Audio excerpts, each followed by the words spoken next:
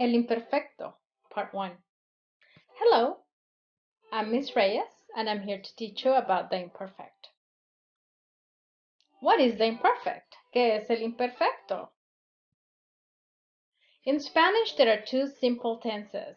One is called the pretérito, the preterite, and the other one the imperfect, el imperfecto. We use the imperfect for ongoing actions, descriptions, states of being, expressions of time, and more. I will make a video on the uses of the imperfect. Good news! The awesome news about the imperfect is that it is the easiest tense in Spanish. And how do we conjugate it? Here we go. If you have verbs that end in ar, the endings are aba, abas, aba, habamos, and haban. So, how do we use them? If you have a verb like cocinar, first thing you do is you get rid of the ar. What you're left with is the root. So, literally, I am going to copy the root and just paste it.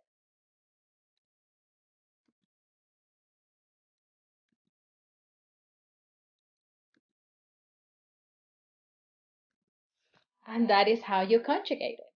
Cocinaba, cocinabas, cocinaba, cocinábamos, and cocinaban. Simple, no? Here is another one. I did exactly the same thing. I got rid of the ar, I was left with the root, and I added the root to the different endings. And that's what I got.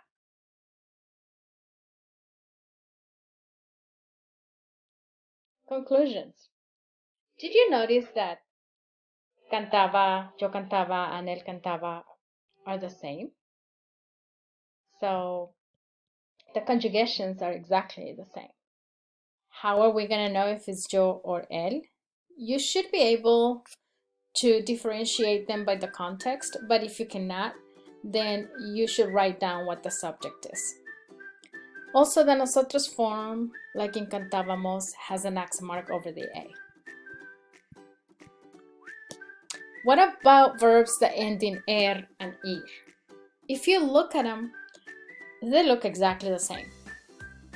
And if you know how to conjugate er, you already also know how to conjugate ir verbs in the imperfect because we use exactly the same endings. And the process is like this.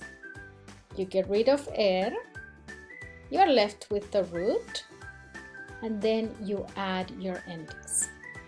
Okay? I just copied this and added to the previous endings, and I got my conjugations. Same thing with construir, to build. Get rid of ir, you're left with your root, and you add the root to your endings. Conclusions. Er and ir verbs have the same endings. The yo and the el forms are the same in the imperfect. So if you are conjugating ar, er, or ir verbs, they are exactly the same for the yo and the el form. And all of the forms from er and ir will have an accent mark.